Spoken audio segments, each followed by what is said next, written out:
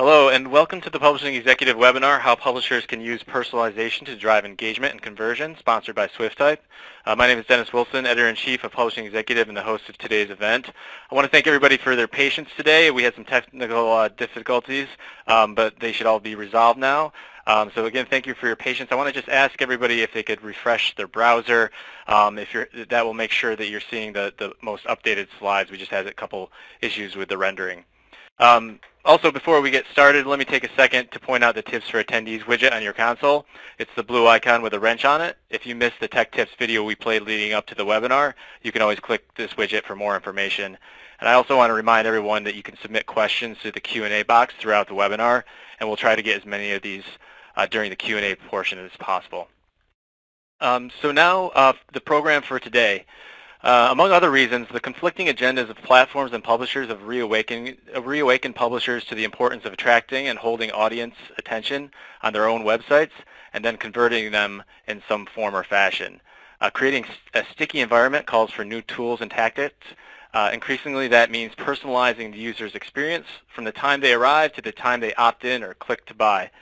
By capitalizing on rich audience data to increase relevancy, publishers are in a position to add greater personalization and relevancy to drive key business objectives, including ad revenue, audience growth, and user-generated revenue.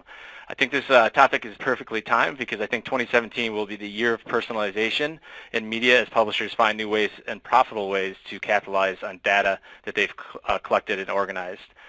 Today we have, we're going to explore this topic from three angles. We'll look at it from the site search data angle, which reveals intent data about audiences.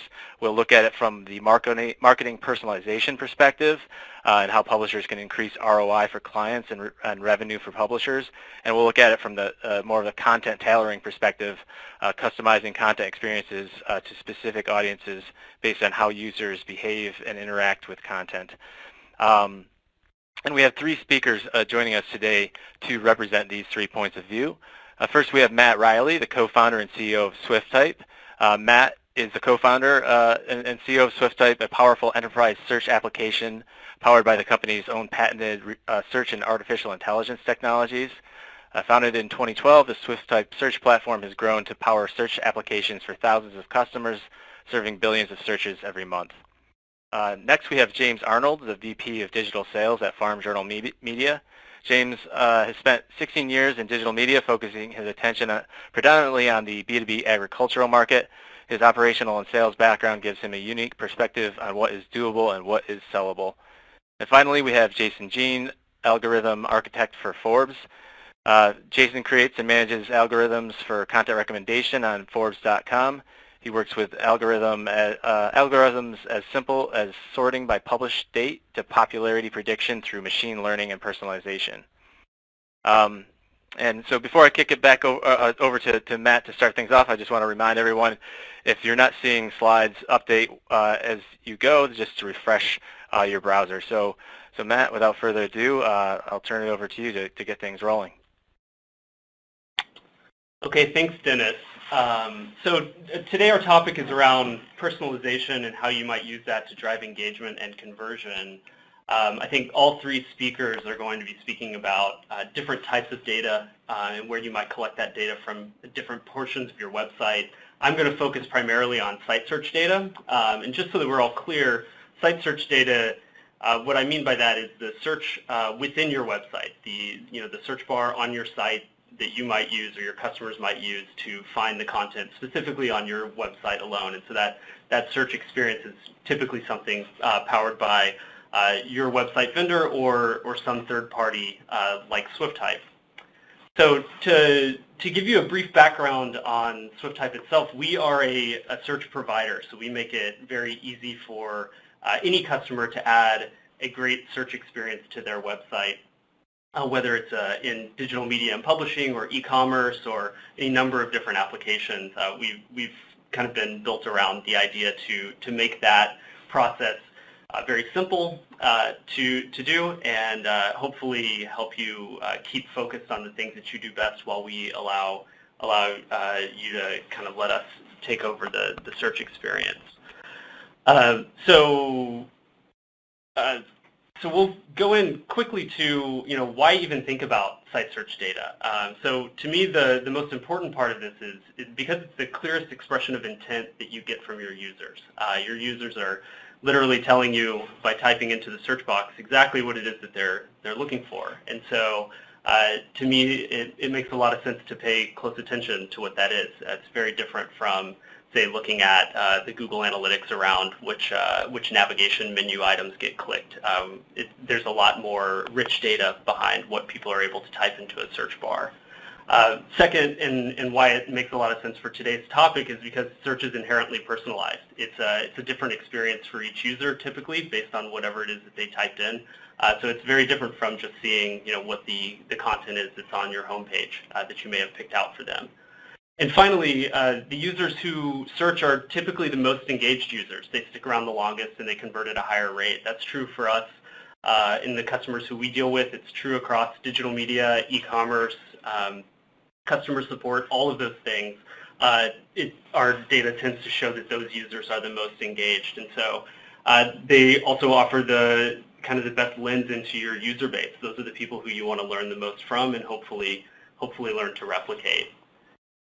And Swiftype isn't alone in thinking that intent data is key.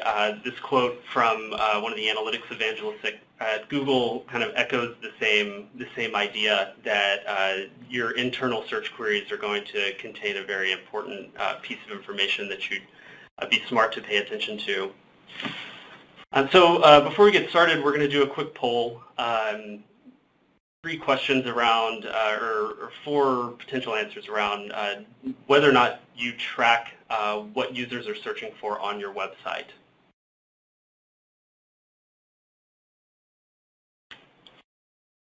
So we'll pause for a moment to give you guys a chance to give us some feedback. And you may track this in a number of different ways, either through a third-party tool, something like Google Analytics. Maybe you have other analytics platforms that allow you to collect this data, or maybe you don't at all. So be interested to see kind of what people are, where everyone stands here.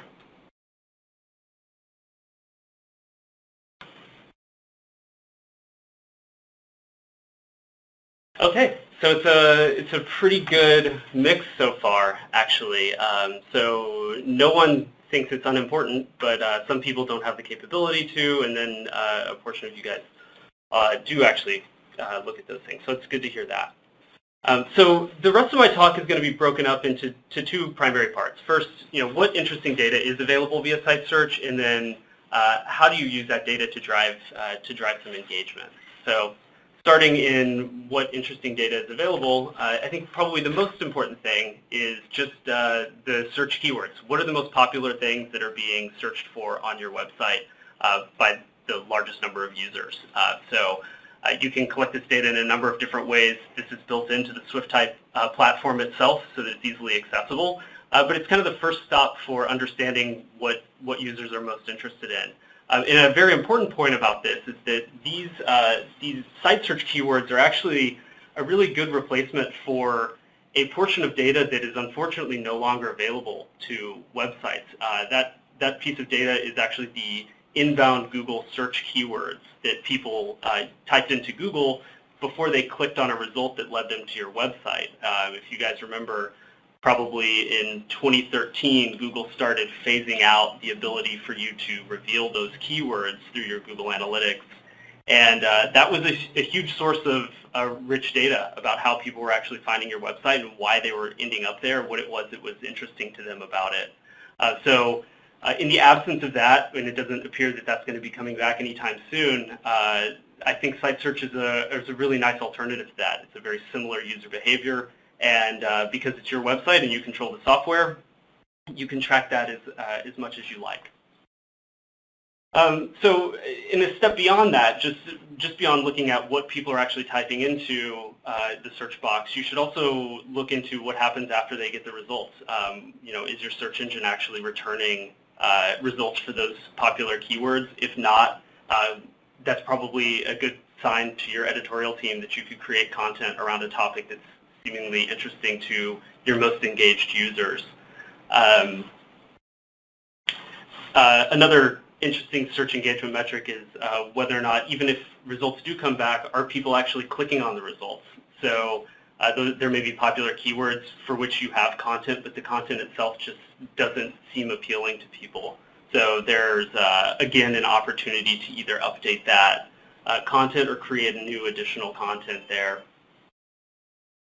And finally, yet one step further down that line in the metrics is looking at how those keywords actually lead to the most important conversions on your conversion events on your website. So, for example, signing up for a webinar on a website like NAPCO, we could have done. It would be nice to know what keywords on this website led people to sign up for this, so that we could know how to tailor the content more specifically to the people who did sign up. But it's not just for webinar registrations, it's for things like, signing up for subscriptions and downloading content and viewing sponsored content or native advertising. All those kinds of conversions are quite important, and like any other conversion event on your website, being able to track backwards through the funnel that led people there is quite important. And again, what you see on the screenshot here is an example of being able to track those conversions directly inside the Swiftype platform. So moving to part two. So once you've taken a look through your site search data and collected it and maybe made some different editorial decisions or some behavioral changes based on that, how do you drive engagement based on what you've learned?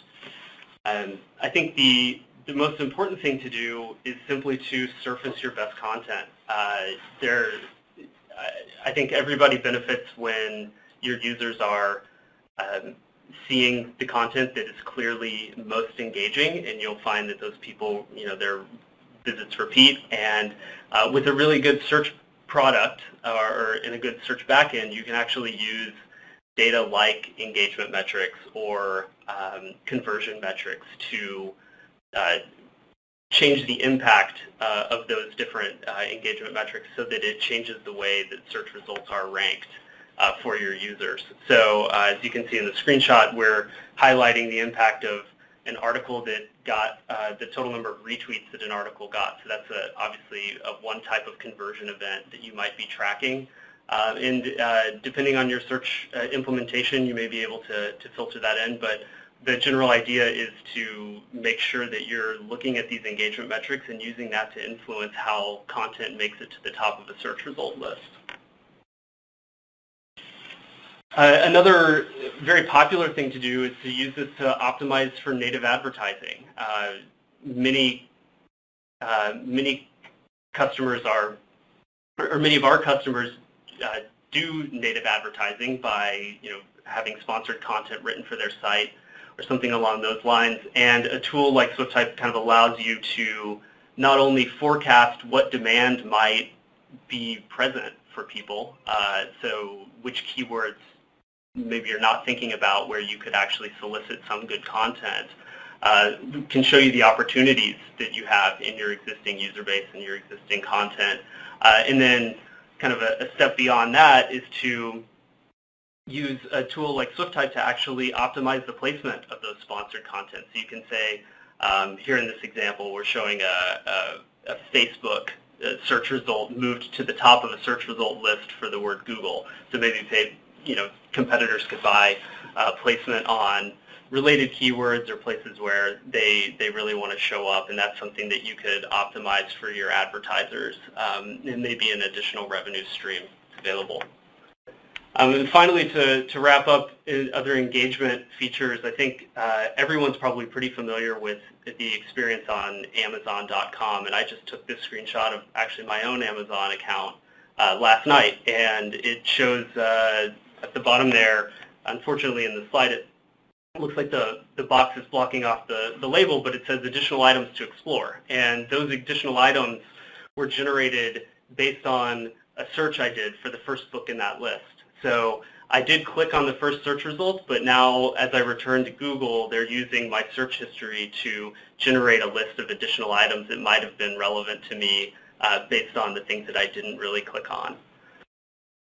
Similarly, an example from LinkedIn, which I've always really liked, which is a kind of generic search for the name David Smith. I clicked on the first or second search results, and they're showing the additional results beside the content, beside the target content.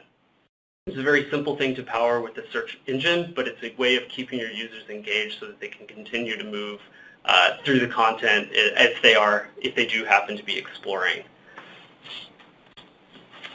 And so that wraps up my portion of the talk. We'd love for you to learn more. We have an upcoming webinar, Swiftype demo for digital publishers on December 13th. And we'll be happy to stick around and answer any questions at the end of the webinar. But I believe for now I'm going to pass it off to James. And thank you very much. Hey, great. Thanks for all of that. I was actually putting in JIRA tickets and looking at my own search engine optimization on our site while you were going. So thanks for all that. That was terribly interesting. And I'm gonna extend that to talking about other data that we're using at Farm Journal Media. But a little bit about me. You heard up front, I'm Vice President of Digital Sales at Farm Journal. Farm Journal Media it's a medium-sized B2B publisher. We're solely focused on agriculture. Been around 138 years as a publisher of print magazines, but now we're very rich in multimedia, broadcast, digital events, everything we can get our hands on. We're trying to be a part of. Our customer base is largely large companies and agencies. So we're in chemical and agricultural seed, equipment, pickup trucks. So while we're in agriculture, our heavy agency interactions keep us from, well, let's just say laggard media approaches. So digital strong. Now, who am I? For the past 10 years, I've been the humble servant of this amazing brand on the digital side. I've been building the operation and the sales simultaneously. So what we do is we build something, we test it, we launch it, we grow it, and then we repeat. So for the past 10 years, we're 5x the size we were 10 years ago with that philosophy in mind. So that's what I'm going to be talking about. I'm going to talk about how we're doing it. Our next growth area that we can see will come from tech and data. And so we're aligning a lot of what we do with that in mind. So that's where it starts. Jack Welch here speaks to that current philosophy. It's knowing your audience and doing something quickly about it. So data and its use, that's our future. And I'm going to pre-qualify a lot of what I'm going to talk about today with that in mind. So it starts with unique data. We're blessed with data back to the 1960s, where we've been making phone calls to farmers, finding out where they live, how much crops they have, how much livestock they have, yada yada yada. But the reason we did that back in the 1960s was we sort of pioneered something called selectronic publishing. So our magazine, one issue of that magazine may have 9,000 iterations. So I think on average it's like 2,500 iterations. So if you in our data set grow corn and your neighbor across the street doesn't, you're going to get a different magazine than he does, or she, of course. So it boils down to what's in your data wallet. We're doing battle right now against algorithms. Some of the data sets I've read online from various data algorithmic initiators. I'm a 25-year-old female with DIY leanings. Well, of course I'm not, but it's something algorithmically determined that that's who I am. We want, with our pure data that we're gathering, we want to be better than they are. There's behavioral, so that's social and seasonal and definitely site search that we were just talking about. There's content, where I go, what do I need to do, or site search again, and data sharing. There are tons of databases out there joining together to find the real me. So what data can you leverage to be more personal than your competition? And some of it's going to be your own data that you've already collected, the first-party stuff. You want to integrate with some second-party respected partners, and maybe there's some third-party out there. So the matrix that you're putting together of your data makes you unique in your industry. And why do you want to be unique? Well, everyone has the tip of that iceberg as it relates to data. You all have something. But you want to be the deepest because that's going to last the longest. And that takes a lot of work and bringing data analysis into your operation, creating your future. I was at AgTech just a few weeks ago, and the position title of data analyst it kept coming up in many of the meetings. It's a growth title in digital publishing, something that frankly we wouldn't have thought of a few years back. So all of that evangelizing for data brings us to the 5 places where Farm Journal Media specifically has been taking advantage of that data set. Let me tell you, we haven't uncovered it all. We feel like we're on the front end of media's digital transformation, but we don't have all the answers. What we do is we see answers and we act fast. And we're getting as personal as we can for customers, clients. So hopefully through these 5 bullets that I go through, you'll be able to learn something from us. So we'll start with social. We definitely know our people. We have a wonderful data set, 1.6 million email addresses.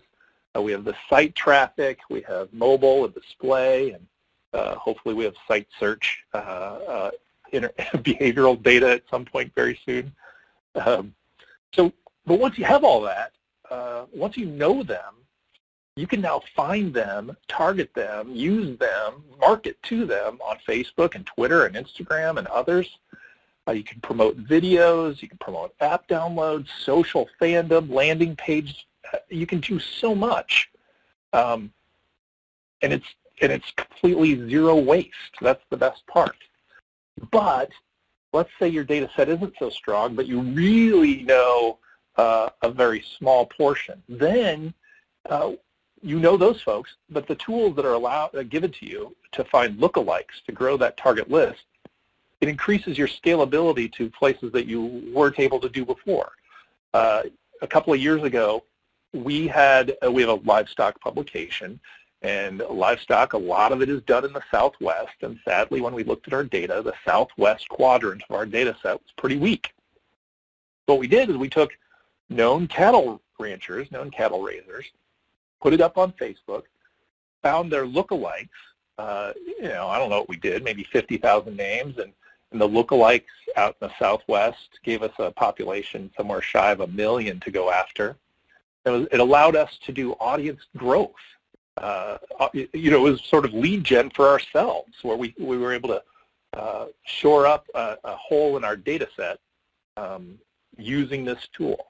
Now, we also then went and bought a company that had a great data set, so we fixed it in a couple of different ways. But that's one way you can use social. You can find data points that you need and go after them. So marketing automation everybody's heard that term. It's a very email-focused tool when it comes to digital, but on social it can be done as well. It's a little clunky, but it's certainly possible. So you can pick, you see these categories off to the right, audience and actions and results, and you can pick from each of those categories and create a new message to inspire that desired action. You get a constant flow within the funnel, and then you can expand the funnel to earn repeaters and evangelizers, etc. The goal is to use the social folks that you know and drive them to the desired result, and then keep bringing them back. All that said, what did it mean to us? Well, the social offering in our business went from basically $0 to 6 figures in a couple of years. It created a new business category for us. It also allowed, your fans in social media are your rabid fans. The people that follow you are rabid fans. Now, one of those fans on our Farm Journal Facebook is my mom, and my mom lives in the center of Dallas and doesn't have a farm, but she loves her son. So she's a fan of my Facebook page. But why should that hinder our clients? Why should our clients be targeting my mom? They shouldn't be. So we should take known farmers that we know, find them on Facebook and target in that way, or Twitter, of course.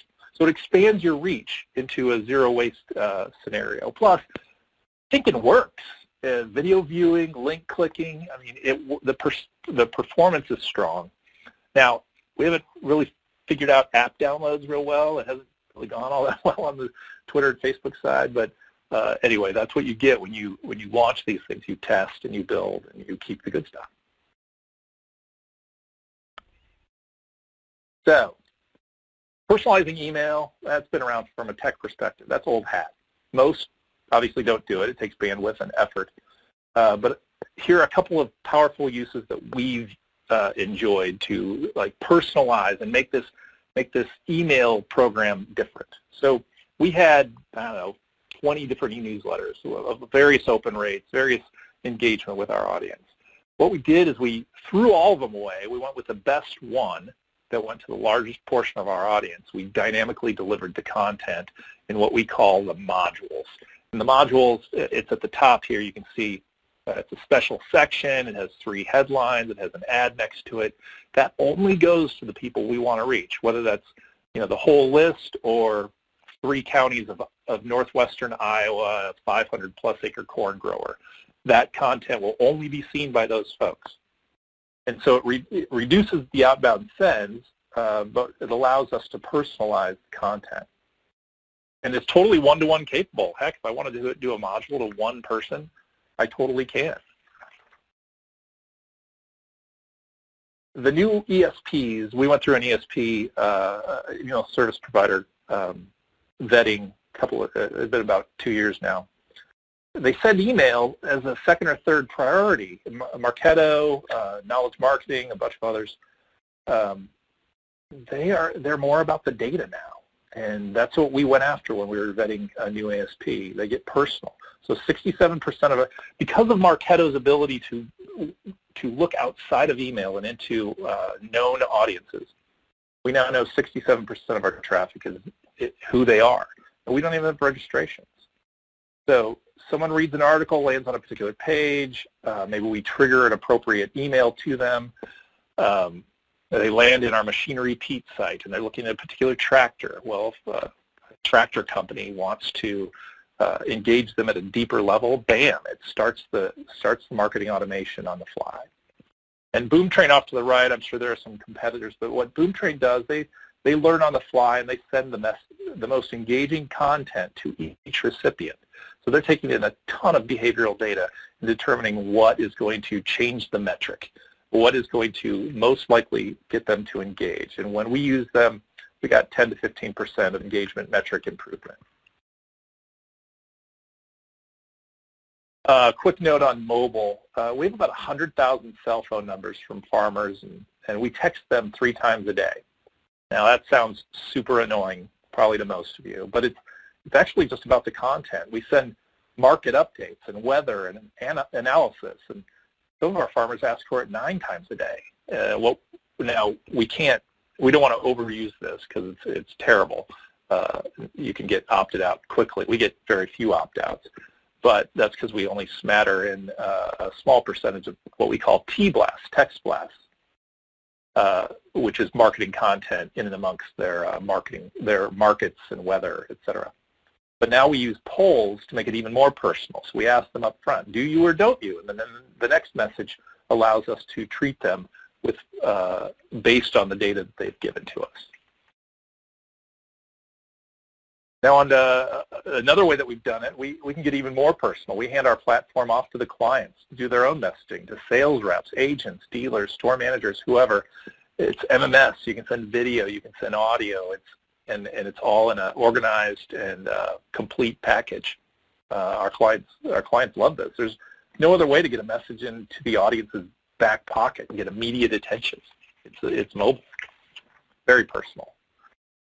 On-site, I mentioned this, using Marketo or another like vendor, you can turn unknown audiences into knowns. We didn't know any of our audience, what they were doing or who they were until we got Marketo, and now we have that 67% figure. But through progressive registration strategies, we then fill out the profile. Not only do we know them, but we know a lot more about them. Boomtrain also has on-site widgets to go to fully personalize the site experience, improved engagement metrics, all that sort of thing.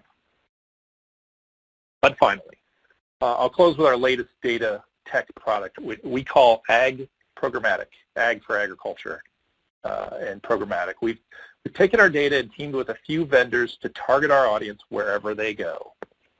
Well, why did we do that? One, we want to expand our reach. We also want to block an incredible competitive push from both endemic and non-endemic sources. Plus, we learned more about the programmatic space. We learned about the vendors that are available to us. We can target 1.6 million farmers or 6,500 plus acre soybean growers in 15 counties of Iowa. And it really doesn't matter. We just utilize the tools. In this case, we use adaptive and live intent and Taboola and various other sources to get us the ability to target our people off of our site. And how scalable is it? Incredibly scalable. When we launched this, the actual Ag Programmatic, we launched it this year, but we launched the tool set a couple of years ago. And it added 133 million new impressions per month to our offering. So it is super personalized. It doesn't have to be the 1.6 million. It can be just the folks you want to reach or our clients want to reach. And as I said, coming soon, as I vet the right vendor list, native, it'll be killer for traffic growth or lead gen or audience growth, finding lookalikes and advancing that way. We love the idea of native. We love taking our data set and utilizing it in our different products to mostly expand revenue, of course, but to expand our ability for our clients to reach our audience, find buyers, sellers, put them together. That's our job. So at that point, let me turn it over to our Forbes team, and they're going to show you a really cool product that they have. Thanks a lot. So my name is Jason Jean. I'm the algorithm architect at Forbes, and my talk is going to focus on the tailoring of content from a publisher to consumer point of view. So about Forbes as a magazine, it's a business magazine, and what we do is we talk about success, about billionaires. Most of you already know this, and we're donning 100 million. We're right now at over 90 million unique visitors via GA numbers. And about me, I am a first year as a algorithm architect, but I feel like I'm learning fast. And I also have 5 diverse years at Forbes with many roles over the years. So I feel that builds into my knowledge of what kind of experience people like. So personalization is tailoring an experience to a specific audience, whether the audience is the whole audience or just a specific person. And you want to serve them meaningful content that they're already looking for, and that's what's going to get them to engage with your content the most. And you might already be doing this. As Swiftype said, a search page is inherently personalized to the user, and it's going to get you some their intents right out the door. So why personalized? Personalization is important because users have a demand for content, and you want to be able to supply the right content to meet that demand. We started thinking about this when we looked at some certain KPIs that we wanted to raise across the board, and personalization became a very good avenue to raise these general KPIs throughout the site.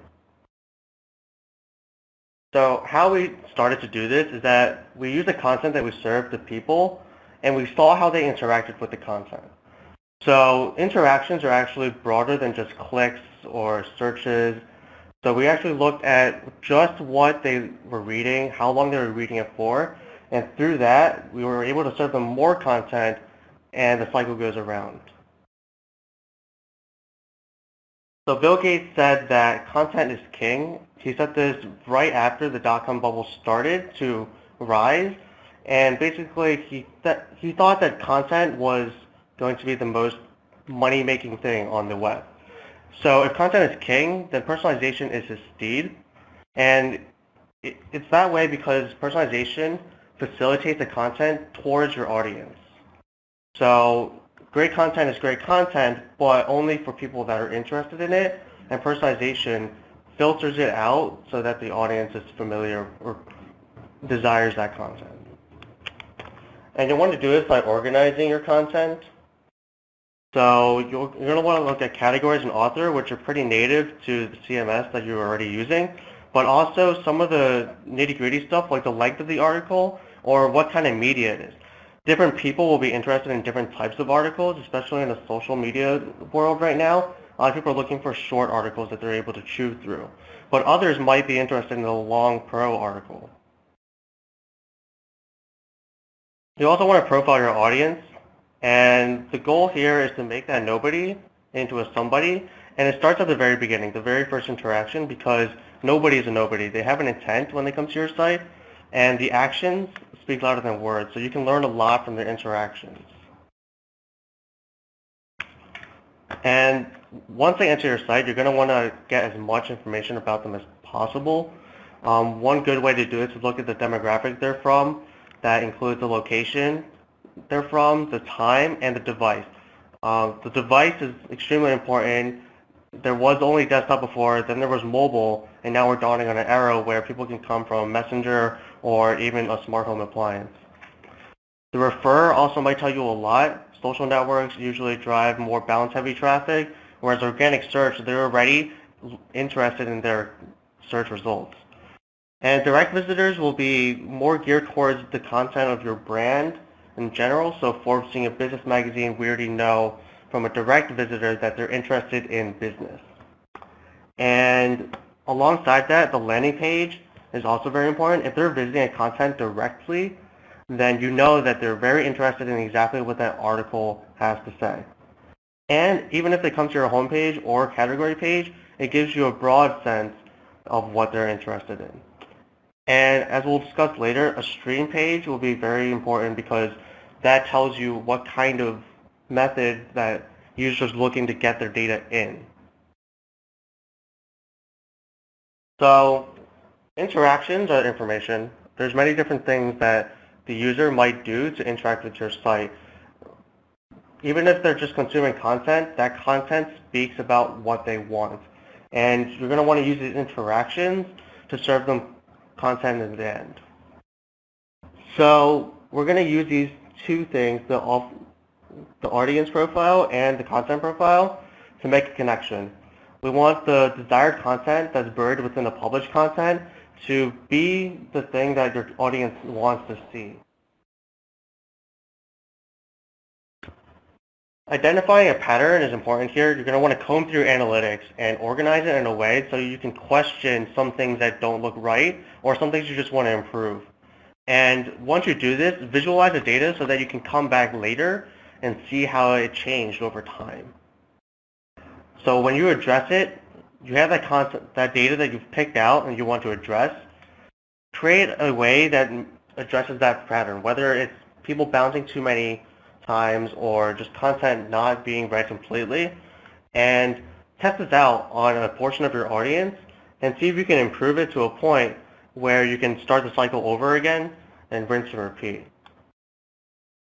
And a good way to do this is machine learning. It's a bit more complex, but machines are really good at doing this kind of learning stuff. So potential applications here are learning from feedback that they get through interactions, and also classifying your content more granularly than you might have thought before. After you do that, you can also find similarities between the content that the user is currently reading and surface those contents that are very similar. So you can use this to predict what people will click on and maybe even what's popular in social networks. So now we'll go through some placements that you can put on your site. I'll go through some pros and cons of each, as well as performance indicators to see how your success. So the first way is a dedicated page or app. For the pros for this, it's separate, so you get a customized user intent.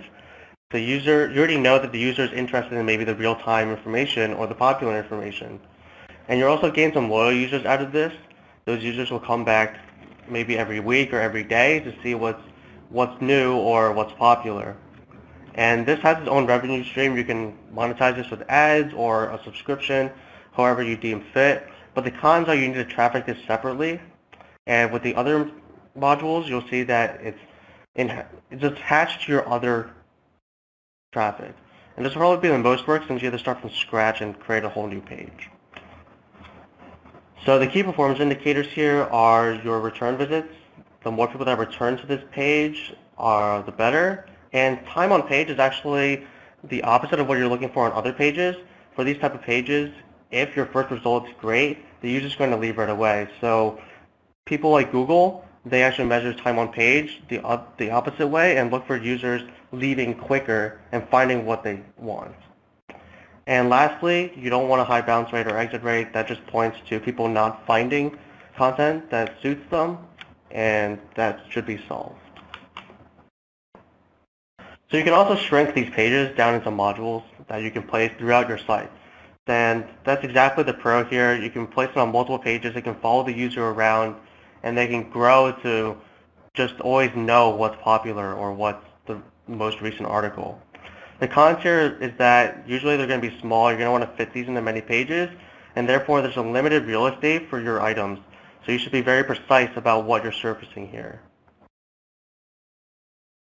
The performance indicators here are a click-through rate, see if you get clicks, and the overall page views per session, that increases. And you'll be able to use these metrics to kind of estimate the revenue that you're gaining or losing from this if you per se replace this with an ad.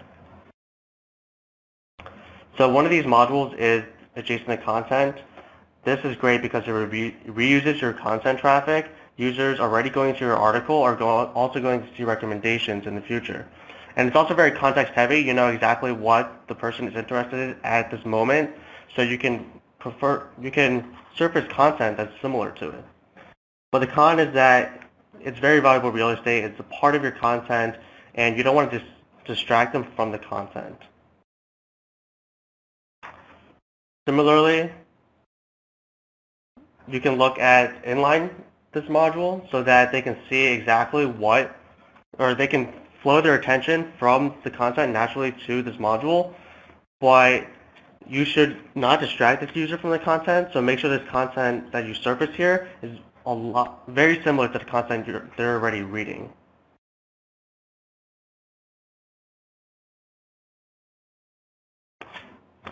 The last is probably the most complicated.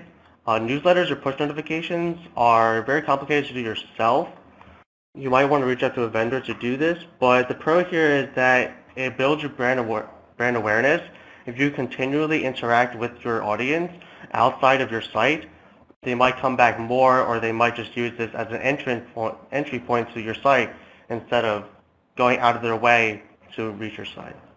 The cons are, though, it's more complex. As you'll see with the KPIs, they're very different from a usual site's KPIs, and you're going to want to track their click-through rate of these, but also their open rate and unsubscription rate.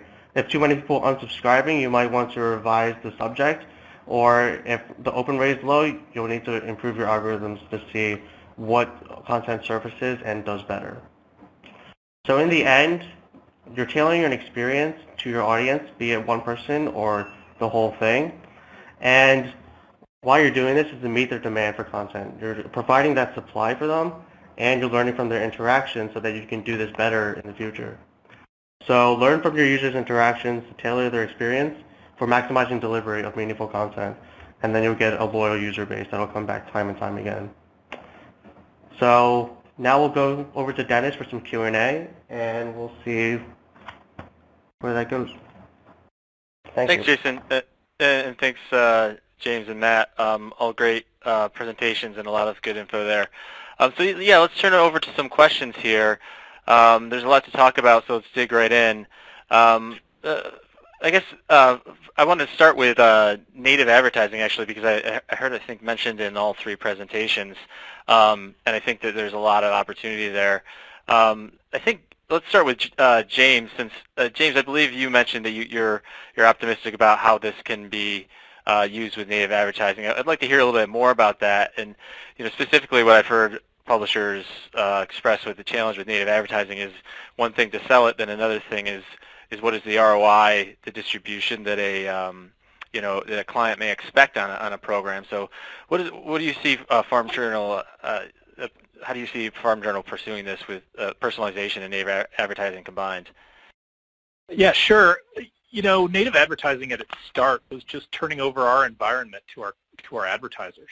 We have been producing content and figuring out headlines and body copy for hundreds of years to get to the point where we are, right?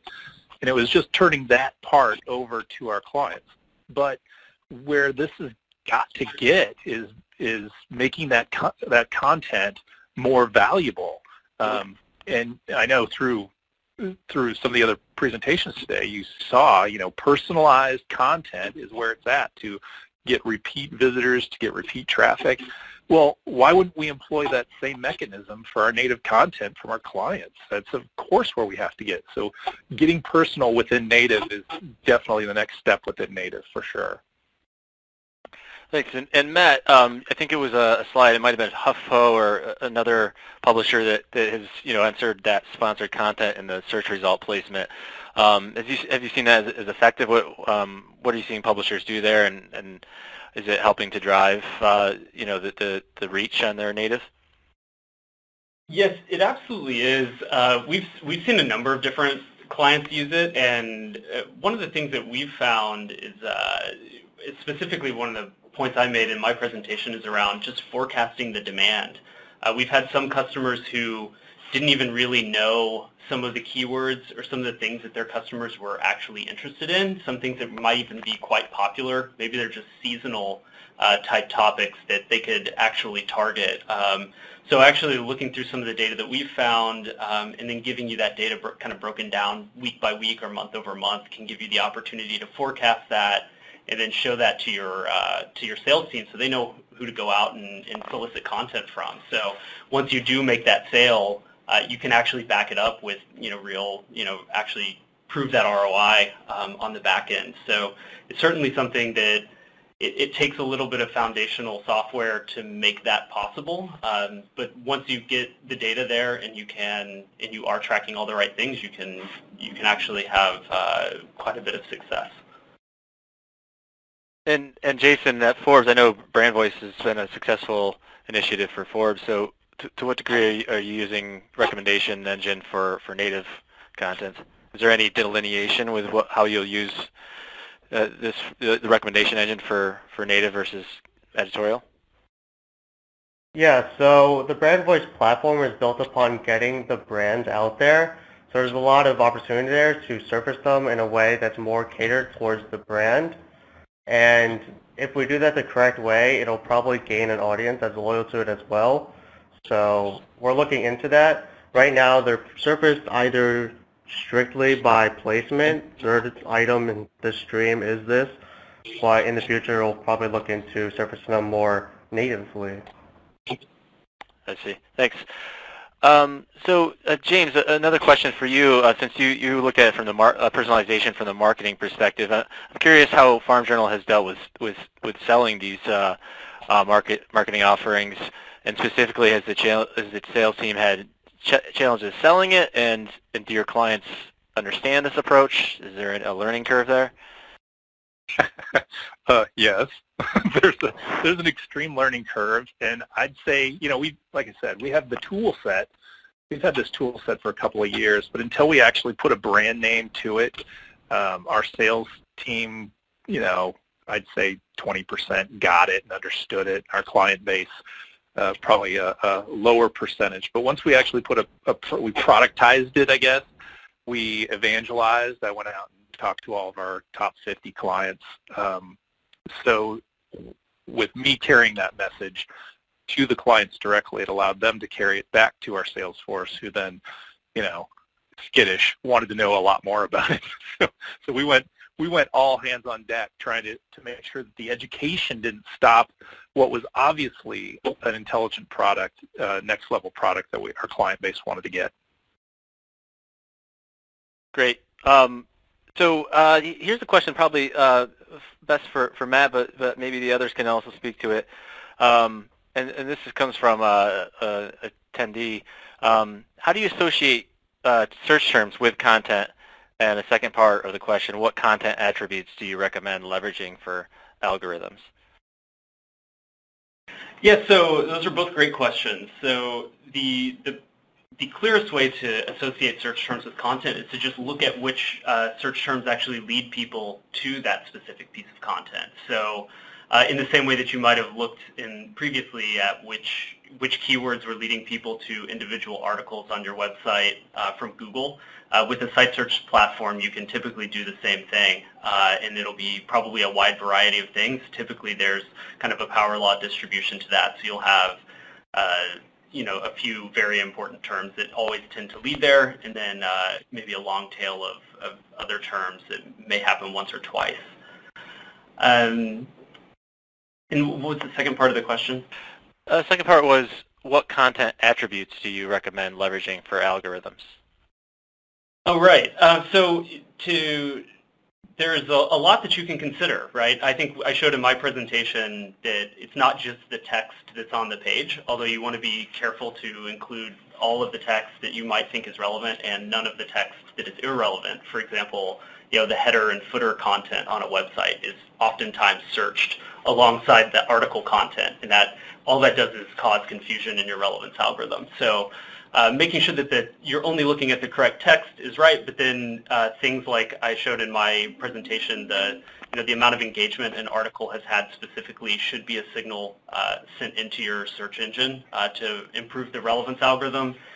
Things like the total number of click-throughs you've had, maybe the times that article has led to a conversion. All of those different numerical signals can also be filtered into your relevance algorithm to, again, help you kind of surface not only just the most relevant content, but of the relevant content for a specific keyword, how do you filter to the top the things that are going to be most engaging and how are going to move your KPIs forward? Great, thank you. And Matt, I'm curious actually, since search behavior and optimization is kind of on publisher sites something that is crosses a lot of areas, including the web teams, optimization strategies, content team, marketing, and audience development. Are you often working with all those functions at a publisher, or is there a specific owner, kind of product owner that you're working with?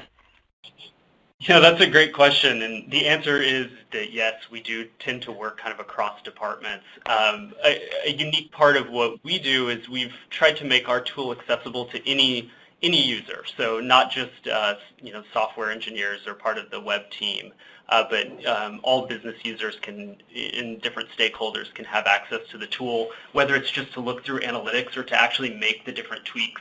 I think if you saw in the screenshots that I provided, all of the manipulations and the customizations are made through kind of a graphical user interface, so there's no code involved. But typically we're owned by a product manager or someone in marketing, and then as you mentioned, we do interact quite a bit across departments. And Jason, I'm curious, since we're talking about collaboration, are you working, to what extent are you working with editorial team on this kind of recommendation? Do you collaborate quite a bit? Not with the editorial team directly at this point, but I am working closely with the product owners of different pages or whatever products could use these recommendations as a module. I see.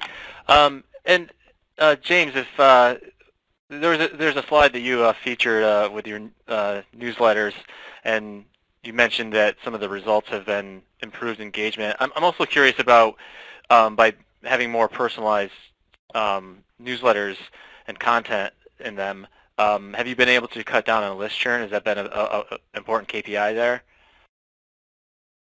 Well, yeah. I mean, it improves all the metrics. It depends on which metrics you're looking at, but to have better content, more targeted toward each individual within the audience, I mean, it helps across the board. Plus, what it really helped was, instead of sending 20 different e-newsletters, we were just sending one with more relevant content, and it allowed us to send a newsletter that they were used to opening. They liked they liked whatever the subject line was, they liked the newsletter, but we were putting the content within that structure rather than some completely different structure, a completely different list, etc. So we're taking advantage of all the metrics by going to the one and using dynamic means to deliver the best content each time. And once you have that, you have the ability to market all the stronger because you have a better list, you have a better open rates, you have more impressions, all the way across the board. I see. And I just had a question come through, and we'll just leave this open to the floor to see who wants to take it. But do you have any recommendations for solutions or best practices to tie personal user data to new site visitors? Maybe James, is that something that you're doing at Farm Journal, and any recommendations there? Yeah, I mean, I bounced a couple of bullets through. When we have a new site visitor who we don't know, we have no registration process, we still assign them through a Marketo instance, a cookie of sorts. So we follow them along, we know who and what they're doing, and at one point, at some point, when we integrate with them in some way that they give up some sort of user information, personal identifiable information, it assigns then, all the more data. Maybe they finally come to our site for the first time, but they've been a recipient of our magazines for years. We can finally tie all the data together. And like I said, we've done that to the tune of 67% of our audience now. And it allows us then to use progressive registration tactics to grow out that profile. Maybe it's a completely new audience member who doesn't get any of our publications or goes to our events or whatever. We can still turn them into somebody that we know, and maybe, just maybe, they need to be receiving our magazines. Maybe they do qualify. We just didn't know them. They just got into the industry. Anyway, so yes, we just team with the right vendors to help us out. Great, and I think Jason had a point in there on the same answer there too. He just pushed out a slide, and maybe you could, as the last word, Jason, you can give us one more takeaway. Yeah, so there's a lot of information to gain just by their visit, and I think one of the best ways is their location if you're a news corporation, or just the device that they're on. Usually a lot of the demographics will define what kind of news people are reading, so you can use this information to gear new visitors towards what their demographic has read in the past. Great. Well, we were going to have to wrap things up there because we're out of time for today. On behalf of Publishing Executive and Swiftype, I want to thank all of our speakers, and I'd like to thank everybody for attending today's webinar. Again, apologies for the technical difficulties. This will be on demand, so we'll make sure to blast that out to everybody, and that you can share it with your colleagues or anybody who wasn't able to make it. Be sure to check out our webinar page to get information on all our archived and upcoming webinars. And if you would take just a minute to fill out the brief feedback survey that will appear on your screen next, we would be grateful for that. Your feedback will influence the webinars we bring to you in the future. Thanks again to Swiftype and our speakers. We'll see you at the next Publishing Executive webinar.